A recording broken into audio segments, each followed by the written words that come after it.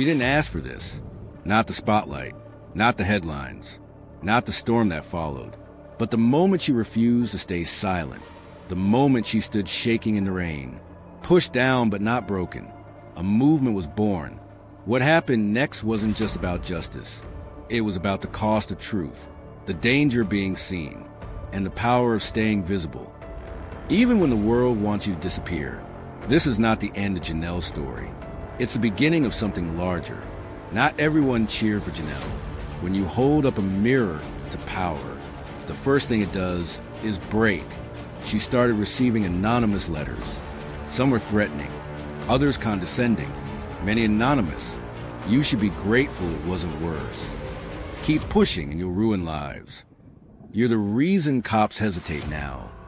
But the most chilling one, it was just 2 words typed in all caps. Stay down. It shook her, even with security cameras, community support, and citywide admiration. Janelle still locked every door, twice. Still looked over her shoulder. Still taught Maya how to react if someone followed them. Because the truth is, being right doesn't always mean being safe. And when you're a black woman speaking truth to a system built to ignore you, you carry that risk every day. But she never stopped. Not even when someone slashed her tires. Not even when a man followed her home in an unmarked car and parked across the street for hours.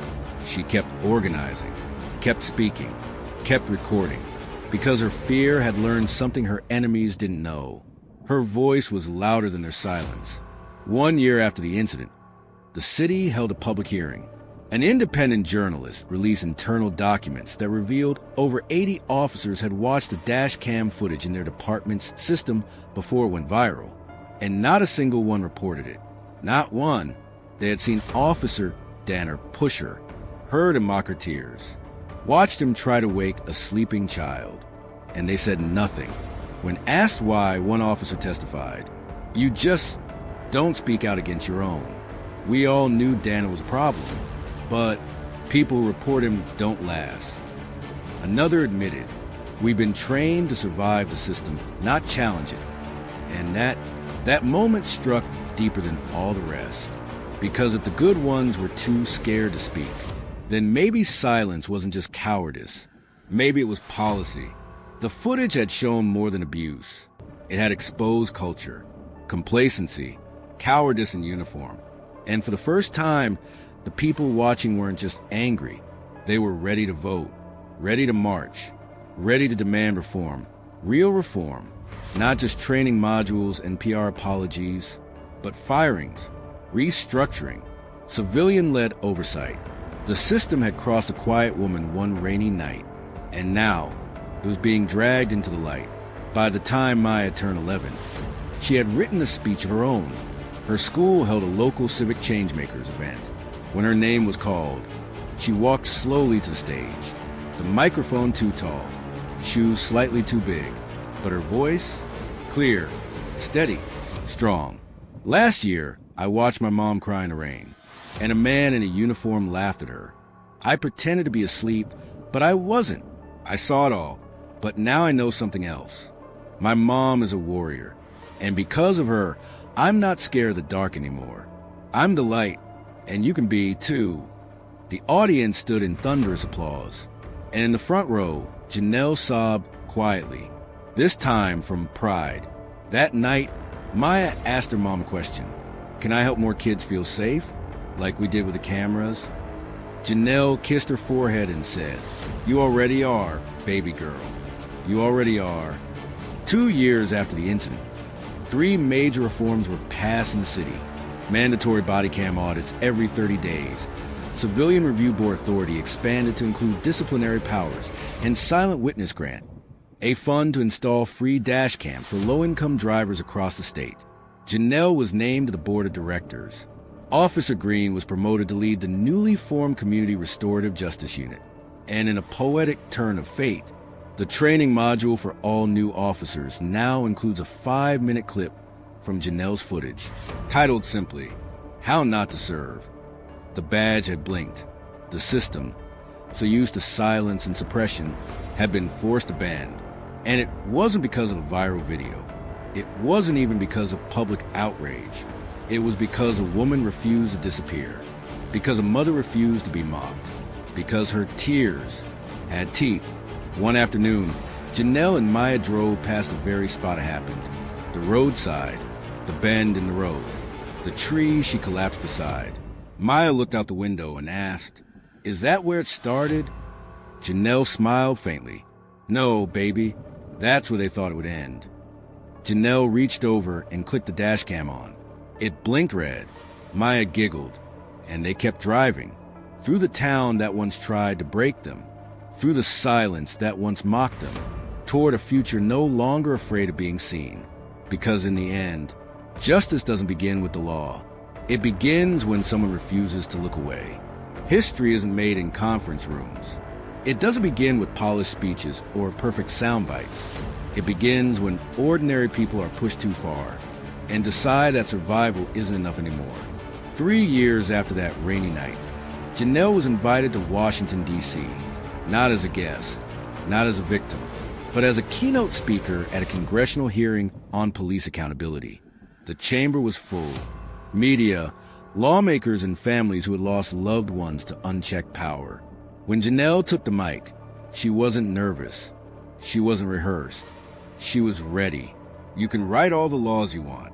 You can launch pilot programs, do press conferences. But unless people feel safe in the presence of those who are sworn to protect them, you haven't fixed anything. What happened to me didn't start with that one officer. It started with the idea that some people don't deserve grace, don't deserve patience, don't deserve protection. But I'm here to say, we're not asking for perfection. We're demanding humanity. When she finished, the room was silent, until one lawmaker slowly rose to their feet, then another, then the whole room. And in that moment, the woman once laughed at on the roadside. They were making laws, bowing their heads. Maya was 13 now, taller, smarter, quieter in some ways, bolder in others. One evening, Janelle found her in the bathroom, staring into the mirror. "Are you okay?" she asked. Maya didn't answer right away. Then she said, "I look like you did that night." Janelle froze. "What do you mean?" Maya shrugged. "When I cry, I see you, but not the crying part, the part where you didn't stop. I think that made me brave." Janelle reached out, brushing her daughter's curls back gently. "You don't have to be brave all the time," she whispered. And Maya replied, "But maybe I was born to be." Later that week, Maya submitted a short documentary film for a school contest. It was called Red Light, Green Light, a poetic piece about justice, safety, and childhood in black skin. It won first place and was screened in 6 states. 3.5 years after the incident, Rick Danner reappeared. No badge, no uniform, but not gone. A local online paper ran a small story.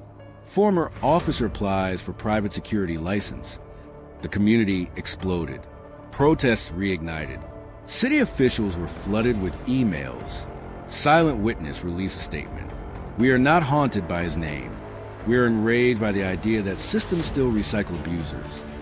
Danner eventually withdrew his application. But before he did, he gave a single interview to a fringe podcast. He said, "I don't hate anybody, but I was doing my job. That woman ruined my life." When asked what he'd do differently, "Next time, I'd make sure the camera's off."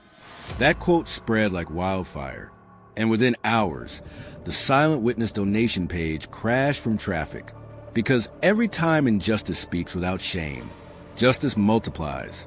2 years later, the city issued a formal apology, not to avoid lawsuits, not to save face, but because public demand had made silence costlier than truth. The mayor stood on the steps of City Hall. Janelle, Maya, Officer Green, and members of Silent Witness stood behind her.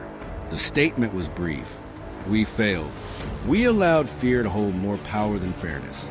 And for that, to Janelle Carter and every family who has suffered under our silence, we are sorry. It didn't fix everything, but it was a line in the sand, a public admission that justice had a name, a face, a daughter, a cause. They renamed the intersection where the incident happened. It's now called Carter in green, Justice Crossing. And at the corner, a small digital billboard plays her original dashcam footage on loop, not to re-traumatize, but to remember, so no one forgets that truth has a voice, even when it's drenched in rain and trembling. 10 years later, a young woman steps out of her car, dressed in a sleek navy blazer, media badge around her neck. She adjusts her mic, flips her camera on, and speaks into it. Today, I'm standing outside the new National Center for Digital Civilian Safety, where advocates, tech developers, and lawmakers are meeting to finalize legislation, protecting dashcam footage as First Amendment expression. My name is Maya Carter, and I'm here because once a red blinking light saved my mother. Now it's helping save the country. She smiles, the same quiet confidence in her eyes that once lived in Janelle's. Inside, her mother watches a live feed on her phone. Older now, wiser, grayer, but smiling too. Because what began as humiliation, what began as rain, fear, and a smirk behind a badge, had become a legacy. Some stories end with defeat, but others, they echo, they inspire, they build, they witness. So when someone asks what happened to the crying black woman on the roadside, tell them this. She stood up, she fought back, she raised a warrior, and the whole world changed. Are you thrilled with our stories? Subscribe to Crime Files Uncovered for more exciting stories.